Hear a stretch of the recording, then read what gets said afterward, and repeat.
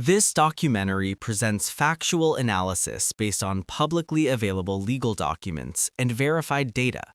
It does not endorse any political party or position.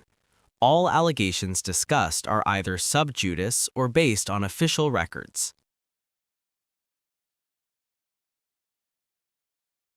2025 के बिहार लोकसभा चुनाव के बाद जहां बीजेपी विक्ट्री सेलिब्रेशंस कर रही थी, वहां कांग्रेस यानी कि यूपीए बीजेपी के ऊपर एलिगेशंस लगा रही थी चुनाव आयोग के बायस होने से लेके special voter trains, cash transactions और वोटर डिलीगेशंस तक। पर रियलिटी क्या है? इमोशन नहीं, एविडेंस की बात करेंगे। डेटा क्या कहता है, लॉ क्या कहता है, और सबसे इम्पोर्टेंट क्या साबित हुआ और क्या नहीं। पहला और सबसे हाईलाइटेड एलिगेशन, बिहार गवर्नमेंट ने इलेक्शन से पहले मोरल कोड ऑफ कंडक्ट लगने के बावजूद बिहार की 75 लाख औरतों को 10,000 रुपए बैंक में ट्रांसफर किए हैं, जो कि ब्राइबरी है, वोटर मैनिपुलेशन है। सबसे पहले इस योजना के लॉन्च के दिन यानी कि 26 सितंबर को प्रधानमंत्री मोदी ने 75 लाख महिलाओं को 10,000 रुपए दिए थे मुख्यमंत्री महिला रोजगार योजना के तहत। उसके बाद 3 अक्टूबर को दोबारा से 25 लाख महिलाओं को पैसे दिए गए। फिर 6 अक्टूबर को 21 लाख महिलाओं को पैसे दिए गए। ये सब चुनाव से पहले हो रहा था। चुनाव के बाद यानी कि 28 नवंबर को फिर से 10 लाख महिलाओं को ये 10,000 रुपए दिए गए हैं, यानी कि 1,000 करोड़ रुपए। इस योजना की टाइमिंग क्वेश्चनेबल है, क्योंकि मॉडल कोड ऑफ कंडक्ट यानी कि एमसीसी लागू होने के कुछ दिन पहले ही ये योजना लॉन्च कर दी जाती है और उसके बाद इलेक्शन के टाइम पे वोटर्स के अकाउंट पे पैसे आ रहे थे। तो क्या ये इलीगल था? चलिए लॉ से समझते हैं। Representation of people's act section 123 subsection 1 के हिसाब से ब्राइबरी का मतलब होता है कि जब कोई कैंडिडेट किसी वोटर को वोट देने के लिए कोई गिफ्ट देता है या फिर कोई प्रॉमिस करता है। मॉडल कोड ऑफ कंडक्ट के हिसाब से इलेक्शन अनाउंस होने के बाद कोई नया फाइनेंशियल ग्रांट अनाउंस नहीं किया जा सकता है।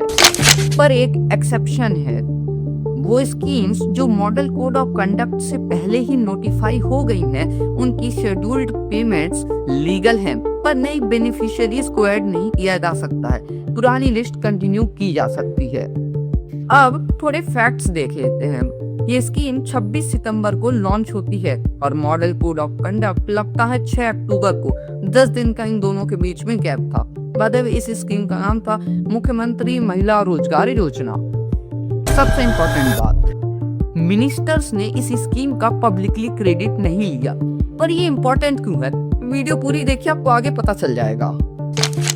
ये स्कीम तो इलेक्शन कमीशन ने चलने दी, पर इलेक्शन कमीशन ने पास्ट में कई सारी स्कीमें रोकी हैं। तो क्या इलेक्शन कमीशन बायस्ड है?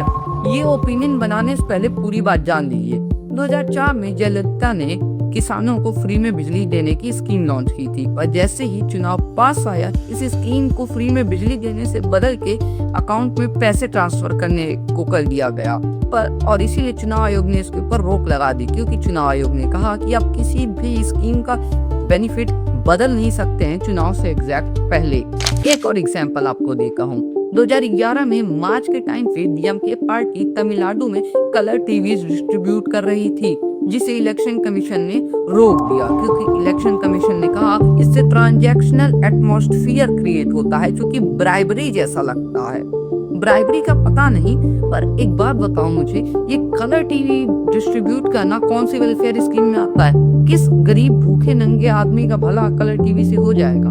ये सब देख के मुझे एक रोमन पोएट जुवेनन का कोड याद आता है कि if you don't want them to revolt, give them bread and circuses. Bread सरकार ने पहले ही दे रखा था, सर्कस देके सरकार ये कोड को पूरा करना चाह रही थी। एक लेटेस्ट एग्जांपल भी ले लेते हैं। 2023 में तेलंगाना की बीआरएस गवर्नमेंट के हरीश राव नाम के एक नेता ने पब्लिकली बोल दिया कि वोटिंग से पहले ट्यूसडे को आप सबके अकाउंट में पैसे आ जाएंगे। एक्चुअल में ये रयाथू बंधु योजना के पैसे थे, जिसको इनिशियली अलाउड थे।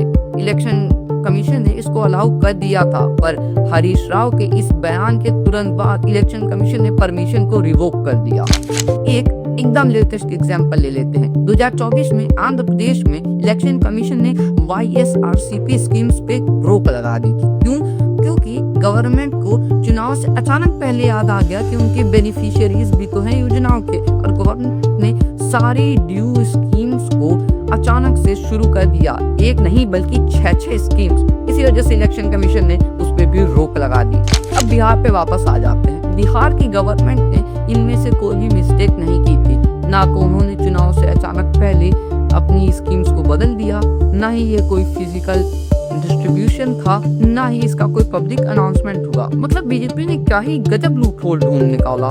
पर एक बात ये है, इस स्कीम से इलेक्शन के ऊपर इम्पैक्ट पड़ा है, वही इम्पैक्ट पड़ा है जिसको पहले इलेक्शन कमीशन ने रोक दिया था। पर क्योंकि बीजेपी गजब खेल गई रूल्स के साथ, तो यहाँ पे इलेक्शन कमीशन फेल हो गया। दूसरा मेजर एलिगेशन, 47 लाख वोटर्स के नाम का डिलीटेशन। अपोजिशन ने बीजेपी के ऊपर ये एलिगेशन लगाया कि बीजेपी ने टारगेट करके 47 लाख वोटर्स का नाम डिलीट किया है, पर्टिकुलरली सीमांचल रीजन में, जो कि मुस्लिम मेजॉरिटी एरिया है। 1 अगस्त को बिहार में 7.89 करोड़ वोटर्स थे एसआईआर से पहले। एसआईआर के बाद 30 सितंबर को बिहार में 7.42 करोड़ वोटर्स रह गए हैं। देखिए, ये कोई छोटी संख्या नहीं है, ये टोटल इलेक्टोरेट का 6% है। देखिए, वोटर्स के डिलीटेशन का process registration of electorals rule 1960 के 21A से आता है और रिप्रेजेंटेशन ऑफ पीपल्स एक्ट 1950 के सेक्शन 22 से। देखिए, इलेक्टोरल रजिस्ट्रेशन ऑफिसर यानी कि ERO किसी का नाम वोटर लिस्ट से तभी हटा सकता है जब या तो उसकी डेथ हो गई हो, वो उस जगह का रेसिडेंट ना हो, या फिर उसको वोट डालने का अधिकार ना हो, यानी कि वो वोटरों के क्राइटेरिया को मीट ना करता हो। वैसे एक बात बता दूं, सीमांचल रीजन बांग्लादेश के बहुत पास है, और यहाँ पे मुझे अब और कुछ बताने की जरूरत है नहीं। समझ रहे हो आप? समझ रहे हो? पर एक मैंडेटरी रिक्वायरमेंट है, किसी का भी नाम बिना किसी रीजन के डिलीट नहीं किया जा सकता है, यानी कि नोटिस मिलना जरूरी है। देखिए, इलेक्शन कमीशन ने SIR यानी कि स्पेशल इंटेंसिव रिवीजन कंडक्ट किया, और सबसे ज्यादा कंट्रोवर्सी पूर्णिया, किशनगंज और कटिहार में हुई, जो कि सीमांचल रीजन में है, और अगेन सीमांचल रीजन बांग्लादेश के पास है। देखिए, SIR में कैंडिडेट वोटर का नाम 2003 के लेगेसी डेटा से मिलाया जाता है। अगर मिल गया तो ठीक, और अगर नहीं मिला तो फिर वोटर को एक अलग फॉर्म भरना पड़ेगा। देखिए, नॉर्मली डिलीटेशन रेट 1 से 2% होता है, पर यहाँ पे डिलीटेशन रेट 6% था, जो कि थोड़ा सिग्निफिकेंट है। बाय द वे, इस इशू पे सुप्रीम कोर्ट में केस चल रहा है, तो मुझे ज्यादा टिप्पणी करने की जरूरत नहीं है। वो तो दुनिया जानती है सुप्रीम कोर्ट का जस्टिस कितना परफेक्ट होता है। यहाँ पे पेटिशनर्स का आरोप है कि NRC जैसी एक्सरसाइज है, जहाँ पे लेगेसी डेटा का यूज करके जेन्युइन वोटर्स का नाम रिमूव किया जा रहा है, जिनके पास आधार कार्ड तो है पर 2003 के रिकॉर्ड्स नहीं है। आधार कार्ड बनवाना इतना भी मुश्किल नहीं है इंडिया में, फेक की बात कर रहा हूँ। बाय द वे, अगर आपको रोहिंग्याओं, फेक आधार कार्ड्स, इस टॉपिक के बारे में ज्यादा जानना है तो मैंने इस पे पहले ये वीडियो बना रखी है, मैं कमेंट में लिंक दे दूंगा। देखिए, सुप्रीम कोर्ट ने SIR प्रोसेस को स्टे नहीं किया है, पर सीरियसली सुन रही है। नेक्स्ट हियरिंग्स 4 और 9 दिसंबर को हैं। देखिए, अभी भी कई सारे सवाल अनआंसर्ड हैं, जैसे कि क्या 47 लाख वोटरों को इंडिविजुअली नोटिस मिला। खैर, जब तक सुप्रीम कोर्ट का फाइनल डिसीजन नहीं आ जाता है, तब तक ये एलिगेशन एक रेड फ्लैग ही रहेगा, पर ये कोई प्रूफ ऑफ डेलिब्रेट मैनिपुलेशन नहीं है। अगला एलिगेशन, बीजेपी ने स्पेशल वोटर ट्रेन चलवाई ताकि माइग्रेंट्स बिहार आ सकें। देखिए, ये क्लेम आपके लीडर सौरभ भारद्वाज और RJD ने किया था, क्योंकि छठ पूजा के बाद ये ट्रेनें बिहार से आ नहीं रही थी, बिहार जा रही थी। देखिए, representation of people's act 1951 section 123 sub section 5 के हिसाब से ये इलीगल है। कोई भी कैंडिडेट किसी व्हीकल को इंक्लूडिंग ट्रेन्स को हायर नहीं कर सकता है ताकि वो फ्री में वोटर्स को पोलिंग बूथ तक ले जा सके। देखिए, इंडियन रेलवेज ने कहा है कि ये छठ पूजा की स्पेशल ट्रेन्स थी, छठ पूजा बीतने के बाद। खैर, अभी तक कोई भी इनोवाइस ऐसा नहीं आया है जिससे पता चल सके हमें कि किसी पार्टी ने इन ट्रेन्स को बुक किया था, और बिना इसके ये भी सिर्फ एक एलिगेशन है, कोई प्रूफ नहीं। देखो भाई, तुम ये जो वीडियोस देख रहे हो जिसमें लोग कह रहे हैं कि बीजेपी ने हमारी फ्री ट्रिप करवाई है, कोर्ट इस वीडियो को सबूत के तौर पे सॉलिड प्रूफ नहीं मानेगा। कोर्ट को इनवॉइस चाहिए, कोर्ट को बैंक ट्रांसफर्स की डिटेल चाहिए। बिना इनके सिर्फ वीडियोस के आधार पे कोर्ट इसको प्रूफ नहीं मानेगा, और कोर्ट नहीं मान रहा है तो हम क्यों माने? क्योंकि कोर्ट चलता है कानूनों से, कानून होते हैं संविधान में, और हमारा देश संविधान पगलुओं से भरा हुआ है। चौथा एलिगेशन, इलेक्शन कमीशन ने रूल्स बदल दिए। सीसीटीवी फुटेज को इलेक्शन पेपर्स से रिमूव कर दिया और साथ में डिटेंशन पीरियड कम कर लिया। फिर भी इलेक्शन से रिलेटेड मटेरियल्स को 45 दिन तक प्रिजर्व करके रखना होता है, क्योंकि रिप्रेजेंटेशन ऑफ पीपल्स एक्ट 1951 के सेक्शन 81 के हिसाब से पिटीशन फाइल करने की विंडो 45 दिन तक खुली रहती है।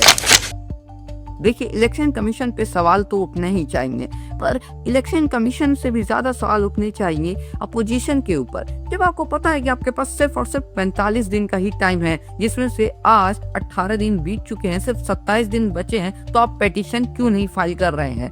क्या अपोजिशन वेट कर रहा है 45 दिन खत्म हो जाए, रिटर्न पिटीशन फाइल करने की विंडो बंद हो जाए, सीसीटीवी फुटेज डिस्ट्रॉय हो जाए या फिर अनएक्सेसिबल हो जाए, उसके बाद ये हंगामा करेंगे? ताकि ना तो यही कुछ प्रूव कर पाएंगे, ना तो इलेक्शन कमीशन ही कुछ प्रूव कर पाएगा।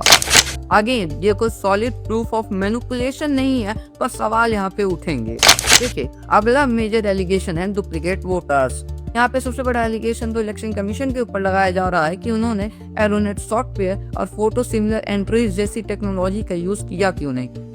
मैं ही जवाब दे देता हूँ इसका, क्योंकि वो SIR करवा रहे थे। SIR में फील्ड पे जाके मैनुअल वेरिफिकेशन हो रहा था, इंडिविजुअल वेरिफिकेशन हो रहा था। वो किसी सॉफ्टवेयर से तो बेहतर ही काम करता। पर सवाल नहीं खत्म हुए हैं, सवाल अभी भी नहीं है कि ये जो वायरल फोटोज हो रही हैं, ये जो फैक्ट चेक हो रहे हैं ट्विटर पे, इनका क्या? SIR होने के बाद ये डुप्लीकेट वोटर्स आ कहाँ से गए हैं? देखिए, मैं मानता हूँ भारत एक बड़ा देश है और यहाँ 80-90 करोड़ के आसपास वोटर्स हैं, और ऐसे एरर्स होना कॉमन है। पर इस चीज के नाम पे हम एरर्स से बच तो नहीं ना सकते हैं। हमें एरर्स को रोकना तो पड़ेगा ही इलेक्शन कमीशन को। मेरे हिसाब से इन सारे एलिगेशंस में यही इकलौता सॉलिड एलिगेशन है। पर फिर वही बात आ जा रही है कि अपोजिशन पिटीशन को नहीं फाइल कर रहा है 45 दिन के अंदर। बाय द वे, जिन औरतों को ये 10,000 रुपए दिए गए थे उन्हें जीविका दीदी कहा जाता है, और एक और एलिगेशन लगा कि जीविका दीदी की ड्यूटी इलेक्शन बूथ्स पे लगी हुई थी। मेरा सवाल यहाँ पे ये है, इलेक्शन बूथ पे हर पार्टी का अपना बूथ एजेंट भी होता है। किस लिए होता है वो? इसीलिए ना, ताकि वो इन सारे प्रोसेस के ऊपर निगरानी कर सके। आपको पार्टीज को अपने ही एजेंट्स के ऊपर भरोसा नहीं है। देखिए, डेमोक्रेसी में इमोशन नेचुरल है, पर गवर्नेंस इमोशन से नहीं एविडेंस से चलती है। कई सारे एलिगेशंस वीक हैं, कई सारे एलिगेशंस एग्जैजरेटेड हैं, कई सारे सुप्रीम कोर्ट में हैं, और कई सारे एलिगेशंस सीरियस हैं। पर दिक्कत ये है, ये सारे सिर्फ एलिगेशंस हैं, एक भी सॉलिड प्रूफ नहीं है। पर फिर भी कई सारे सवाल हैं जिनका जवाब चुनाव आयोग ने नहीं दिया, और कुछ ऐसे भी सवाल हैं जिनका जवाब अपोजिशन नहीं दे रहा है। और सबसे पहला तो यही सवाल है कि 45 दिन का टाइम जब तुम्हारे पास है, तो तुम लोग क्यों नहीं पिटीशन फाइल कर रहे हो? किस चीज का वेट कर रहे हो तुम लोग? देखिए, as a voter, as a citizen, अब ये आपकी रिस्पॉन्सिबिलिटी है कि आप अपना ओपिनियन बनाएं एविडेंस के बेस पे और लॉजिक के बेस पे, ना कि किसी इमोशन के बेस पे। मेरा काम था आपको इन्फॉर्मेशन देना, जो कि मैंने कर दिया। बिहार इलेक्शंस ने एक चीज तो दिखा दी कि हमारे इलेक्टोरल लॉज में लूप होल्स तो हैं। इनका आज यूज बीजेपी ने किया है, कल अपोजिशन भी करेगी। और हाँ, आप सब्सक्राइब कर दीजिएगा, उसमें कोई लूप होल नहीं है। और रोहिंग्या वाली वीडियो देखना मत भूलिएगा। धन्यवाद। जय।